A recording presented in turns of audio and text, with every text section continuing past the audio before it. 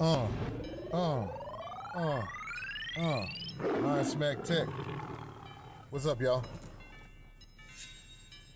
Well, today we're gonna be going over the retro gaming and all the top retro games of our generation. Some of the top retro games, not all, some of them. Yeah, right here you see on the screen. This is Ultimate Mortal Kombat 3, one of my favorite games of the Sega Genesis, Super Nintendo generation. Yeah, retro gaming is pretty good, man. The original Ultimate Mortal Kombat came out around October 6, 1995. You know, that shows how old I am. And yeah, man, I remember when I first started playing games. I like this game called Ghouls and Ghosts. And this game called Ghouls and Ghosts, it was for the Nintendo. And literally, I used to try to act like I was sick so I could stay home, go across the street to my babysitter's home, where my best friend, he had a Nintendo in there, and she used to let me come over, you know, and play the Nintendo. So you know, I was trying to fake big time. You know, I had to make me soup and all this kind of stuff, and you know, my whole mission was to get to that game, man. But it was fun. It was a great thing, and I enjoyed it. So that's one of my first gaming stories. But I tell you what, man, the state of retro gaming, man, retro gaming is fantastic, man. Nowadays, you see it's at a premium now because some of these older games cost so much money, and a lot of people are bringing back some of the old classics, and it's kind of refreshing to see that people are still interested in the older hardware, and just it's like a lot of nostalgia attached to it. So I would say that retro gaming is good for your mind, your state of mind. And it gives you like a little break from reality, a little release, just like how the newer games do too. You know, I still play all of the new games. Like I told you guys before in my prior videos, I have every single console. I don't have a Neo Geo or anything like that, but anything that was released in America, pretty much I have it. But you know, that being said, if you look at these visuals right here, I'm playing with Cabal. This is on Sega Genesis, by the way. The Super Nintendo version, I think the graphics were a little bit better. I think it was a little bit better than this. But you know, at this point, Sega Genesis, it was about like what six years old.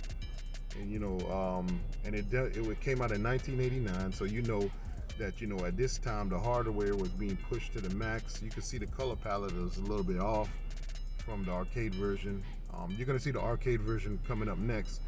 I'll be playing that version there, so you can see that. And you can see where you know, where they took a little shortcuts or whatever to get this here to fit in a cartridge size, so you could be able to bring it home. I mean, I think they did an excellent job, to be honest with you, man, because you still have pretty much all the characters but they have obviously it's lower resolution, lower frame rate. It's not as smooth as the arcade is. Like right now, this is one of the arcade starting screens here. This was one of the best games I have ever seen when I was a kid. I couldn't believe that they had took the combo system from the Killer Instinct. And Killer Instinct had a great combo system. But I think they actually did it actually better. They implemented it better in Ultimate Mortal Kombat than they did on Killer Instinct.